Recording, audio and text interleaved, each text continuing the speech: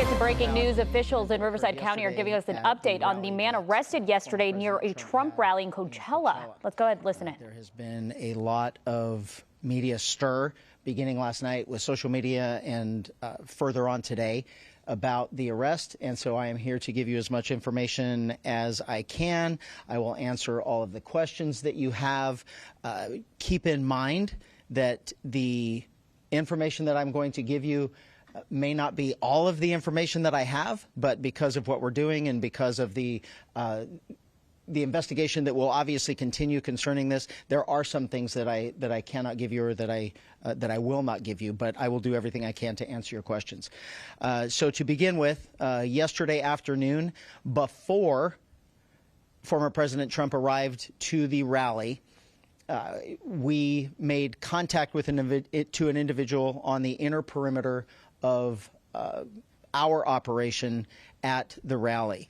As you can imagine, this was a very large event. In regard to previous attempts on the former president's life, this was not something that we were taking lightly. We had a very detailed plan in place on how we were going to keep not only the former president safe, but all of the participants or the attendees of the rally safe.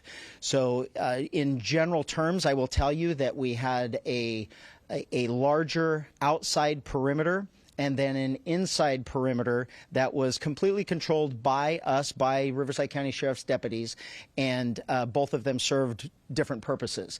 We did not keep residents from their homes. We did not keep people that were traveling through the area from going through if they had a legitimate reason to go through. So the outside perimeter was basically to allow people in that we thought belonged there. The inside perimeter was to make sure and to make sure people were proceeding in the right direction. The way it worked yesterday is only people that were allowed inside the perimeter, the outside perimeter in a vehicle, was if you lived there or if you had documentation that said you were going to this rally in the form of an email with VIP credentials or press credentials. Those vehicles were allowed in. There were no other vehicles allowed. So that outside perimeter are I will give you his name. The name that we have, and I'm going to put an asterisk by it as I explain this later, but we have his name as Vem, V-E-M, Miller, M-I-L-L-E-R, and his birth date is 10/26 of 1974. And the reason why I gave it to you like that is I will explain later. He approached the outside perimeter, gave all indications that he belonged there, that he was that he was a participant that was allowed to get into VIP and to and a press corps, and so he was allowed through that outer perimeter. As he got to the inside perimeter, where deputies were conducting obviously a more thorough evaluation of the vehicles that were coming in, there were many irregularities that popped up. The deputy noticed that the interior of the vehicle was in quite disarray. The vehicle had an obviously fake license plate, and that prompted further investigation from our deputy into why the person was there and what he was doing. During that investigation, the deputy eventually found multiple passports with multiple names, multiple driver's license with different names.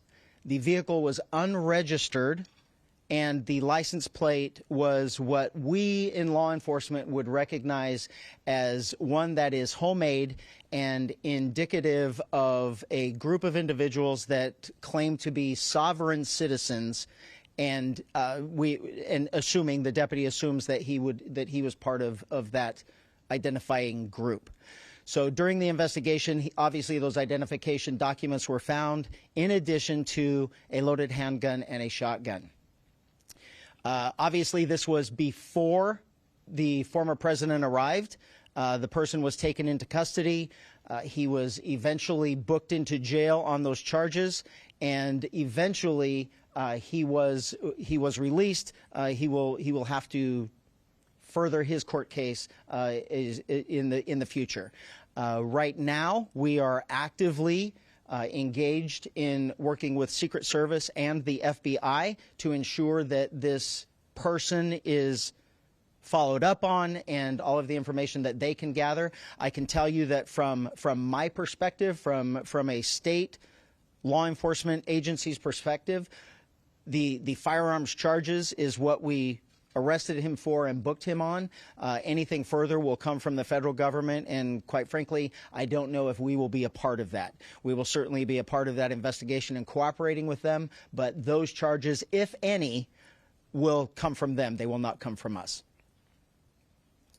With that being said, is there any questions? Yes, sir. Sheriff, we talked to Mr. Miller this afternoon, and he said the accusations or the belief that he planned to assassinate President Trump were, quote, complete bullshit. He said that he had a special access pass that was issued to him by a Republican group in Clark County, Nevada, and that when he rolled up to the checkpoint, he told the deputies that, in his words, as a courtesy, that he had firearms in the trunk of his car. Do you have a comment on what he said?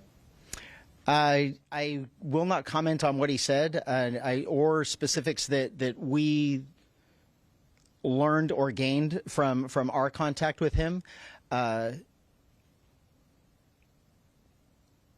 Quite frankly, I'm not really concerned with the statement that he gave the media after he was released from custody. I can tell, well, because it's irrelevant to me.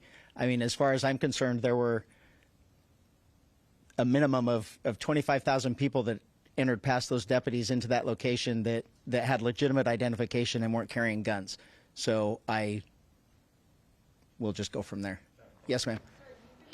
Okay, you're listening to the Riverside County Sheriff's sheriff there, Chad Bianco. He's giving us the very latest on a man that was arrested right near the Trump rally in Coachella yesterday. What he told us just moments ago is that before the former president arrived to the rally site, that Riverside County sheriffs did make contact with a man in their inner perimeter of that rally.